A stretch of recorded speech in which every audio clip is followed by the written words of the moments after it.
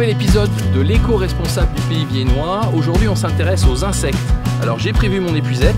C'est peut-être un peu grand, mais on sait jamais.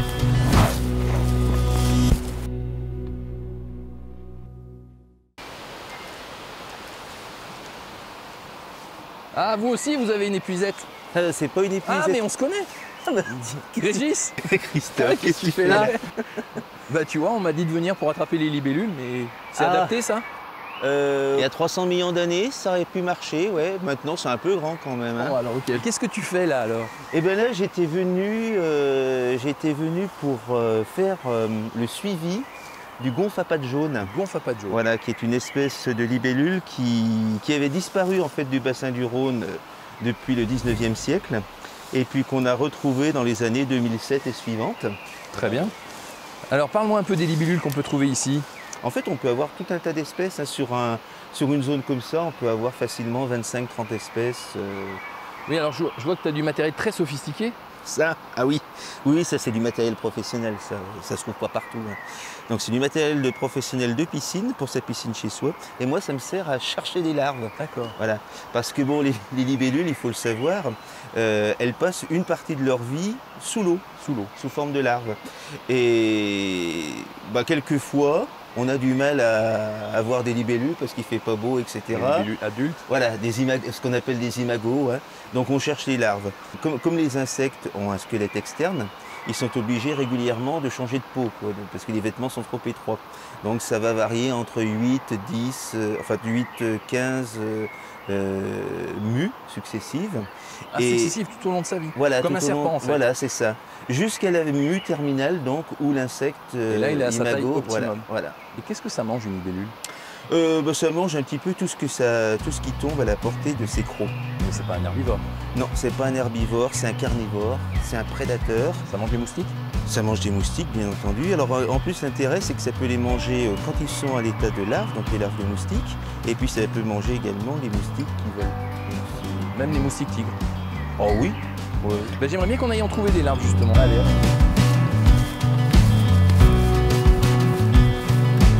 Là, ça devrait aller. Là. Donc là, tu vas trouver des choses dans la vase. Oui, là, on va... Alors, on cherche quoi? Ça ressemble à quoi?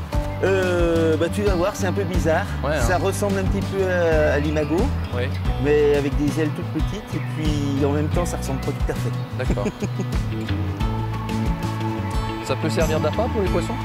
Oui, il y a des pêcheurs qui s'en servent. Hein. Il y a des pêcheurs qui s'en servent.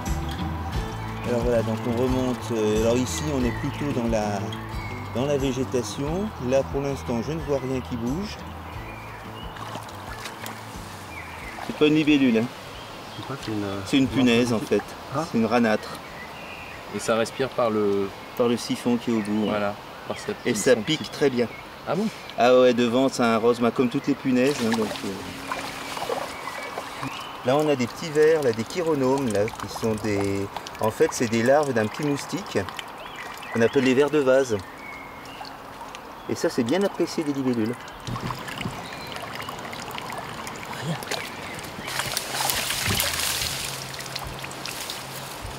Tu vois, il n'y a vraiment pas grand-chose qui se balade. Hein. Ça serait peut-être... Ah oui. J'ai une petite larve de demoiselle. Alors elle va vivre combien de temps comme ça? Oula, c'est minuscule. Ah ça c'est minuscule, oui. Oh ça, je pense que c'est plutôt des espèces là, qui passent quelques mois, quelques semaines à quelques mois dans l'eau. Notre fameux gonfle à pattes jaunes, lui, il tient carrément 2 à 4 ans. Hein. D'accord. Et puis on a certaines espèces, ça peut aller jusqu'à 6 ans. Et pour combien de temps dans la partie aérienne? Oh, dans la partie aérienne, en général, c'est assez court, c'est quelques semaines. Alors on rappelle qu'on libère à chaque fois nos captures, hein, on ne conserve rien. Ce sont pour certaines des espèces protégées. Est-ce qu'on découvre encore des espèces aujourd'hui? Oui, bah justement, il a été publié donc la semaine dernière, si je me souviens bien, une nouvelle espèce en Espagne. C'est capable de monter, de descendre, d'aller sur un côté, sur l'autre, et de reculer, de mettre en marche arrière, se mettre en stationnaire. Ça a tout inventé. Parce que les 4 ailes sont indépendantes en fait. Donc on a une zone au milieu de l'aile où l'extrémité peut donc bouger. Et en fonction de l'inclinaison que ça prend, ça le fait tomber sur un côté, remonter, etc. C'est fabuleux.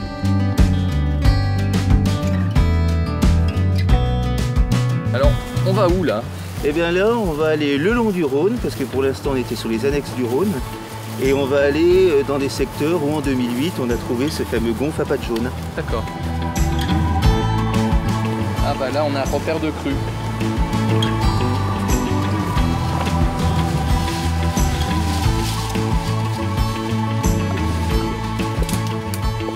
Qu'est-ce que tu as trouvé, Régis? Et bien là, j'ai trouvé une exuvie. Pour l'instant, je ne sais pas encore ce que c'est. Mais bon, ce que je peux dire déjà, c'est que c'est un gonfidé. Donc c'est de la famille de notre fameux gonfle à pattes jaunes. C'est l'emballage un peu. Voilà, c'est un peu l'emballage. Et c'est ce qu'on appelle l'exuvie. Et ça va nous permettre de savoir de quelle espèce il s'agit. Et elle respire comment alors? Parce que sous l'eau, elle a quoi, des branchies? Alors sous l'eau, elle a des branchies. Alors sur ces bêtes-là, les branchies, elles sont à l'intérieur du rectum. D'accord. C'est très rigolo. Et après, elle a plus les branchies, elle a quoi? Et quand elle va devenir aérienne, elle va avoir tout simplement ce qu'on appelle des spiracles. C'est pas des poumons? Bah non, en fait on a le spiracle, donc il y a un petit trou. Et puis au bout de ce petit trou, on va avoir des trachées qui vont amener directement l'air au contact des organes. C'est-à-dire qu'il n'y a pas de poumon à véritablement parler. Ça va être un réseau très très dense. Alors là, on a cherché un petit peu tout à l'heure sur les zones humides. Là, on est vraiment sur le Rhône. Là, on est vraiment sur le Rhône. Hein. Et alors, on va regarder l'espèce. C'est le gonfle très commun, Gonfus vulgatissimus. Alors, qui est une espèce qui est très commune sur le Rhône, hein, mais qu'on voit, qui est assez difficile à voir. Quelle couleur, adulte? Alors, adulte, on va dire, c'est vert et noir. Ouais. Ouais, ça fait à peu près 2 fois la taille de ça. Ah oui. Et donc, comme le gonfle à pattes jaunes, hein, ils vivent enfouis sous l'eau, sous le sédiment. Voilà. Bien, eh ben, écoute, merci pour toutes ces précisions, Régis, mais moi, ce qui m'intrigue un petit peu, ça sert à quoi une libellule en fait? Bah, c'est comme Mozart, hein, ça sert à rien. Ah bah voilà, tu m'as bien répondu. La grande question de l'utilité. L'utilité, c'est souvent un concept humain. Donc on essaie de savoir quelle utilité ça peut avoir pour l'homme. En fait, si la libellule existe, surtout quand elle existe, bon, on sait que leurs ancêtres, il y a 300 millions d'années, etc. Donc ça fait un moment que ça existe. Ouais. Et si ça existe, c'est que ça a un rôle dans un écosystème. Donc l'écosystème, c'est une espèce de grosse boule avec dedans des plantes, des animaux, des champignons, plein d'autres choses. Et il y a des interactions. Et puis c'est un prédateur, on s'est rendu compte, c'est prédateur-proie. Voilà, et la libellule, c'est un prédateur. Donc c'est ce qui va manger des petits animaux. Mais elle-même se fait manger. Mais elle-même se fait manger. Hein, voilà, la boucle est bouclée. La boucle est bouclée. Super. Merci. Bonne continuation. Eh bien merci. Tu poursuis tes petites recherches. Je vais continuer à chercher mes gonfles à pattes jaunes. Et bonne puis, chance. Ben merci. À bientôt. Merci. Au revoir.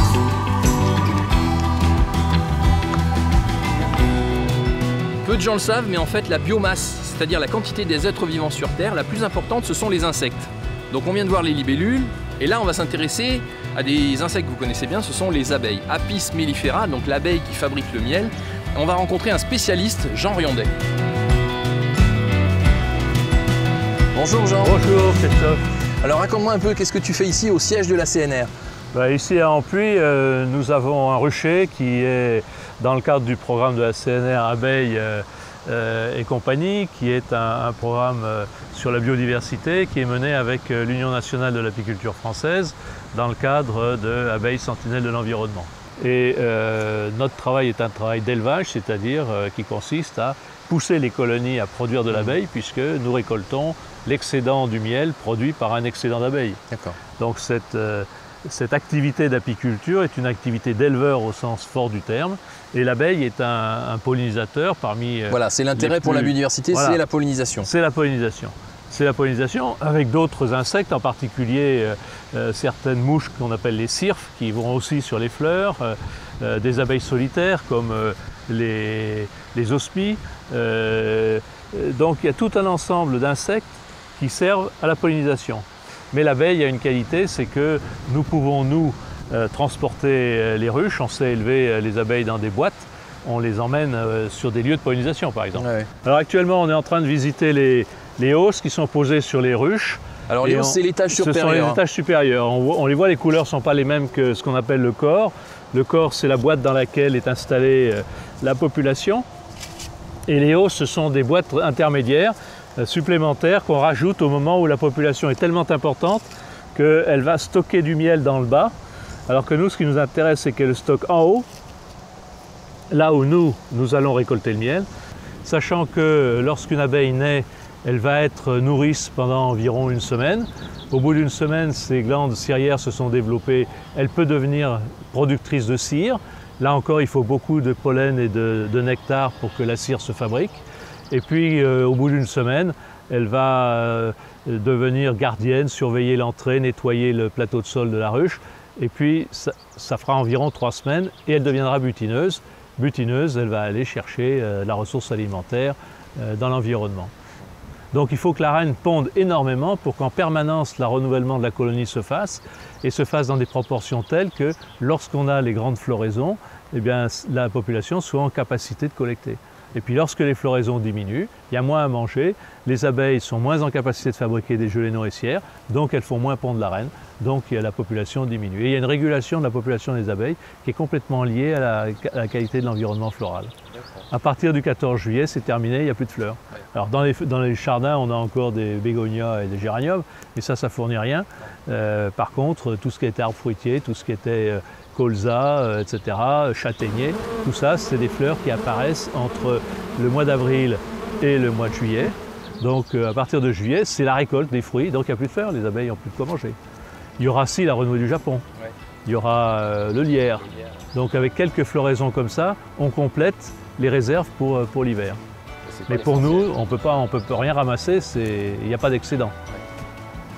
Qu'est-ce qu'on pourrait faire pour améliorer justement la condition de l'abeille? Parce que tout le monde dit, oh là là, les abeilles, ça va pas, machin.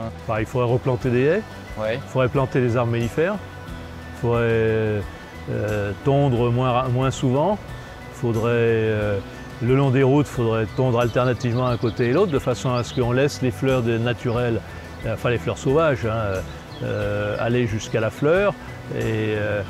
Parce que les fleurs sauvages sont beaucoup plus mellifères que les fleurs domestiques. Les fleurs qu'on a dans nos jardins, elles ont été sélectionnées pour la couleur, la floraison, la durée des floraisons, etc. Mais ça se fait au détriment en réalité de leur qualité mellifère. Par contre, les fleurs qu'on ne voit pas dans les pelouses, dans les haies, dans les buissons, ça produit énormément de nectar, énormément de pollen. Donc il faudrait laisser ces espaces libres. Il y a des départements comme les Vosges qui ont eu des politiques systématiques de fauchage alterné des bords de route. On fauche un bord de route pour que les piétons puissent y passer, mais de l'autre côté, on n'y touche pas pendant 2 mois d'affilée, puis on tond l'autre côté, on laisse l'autre côté devenir floral. Bien, merci pour ces précisions. Bonne suite. Merci. À une prochaine. Eh ben, avec plaisir. Et bon courage pour les abeilles. Bon, à bientôt. Au revoir. Il y a 400 millions d'années, les insectes étaient déjà présents sur Terre. Aujourd'hui, on découvre un peu plus de 10 000 espèces par an dans le monde. Alors autant vous dire que les insectes ont encore plein de choses à nous apprendre. À bientôt pour un prochain rendez-vous dans l'éco-responsable du Pays Viennois.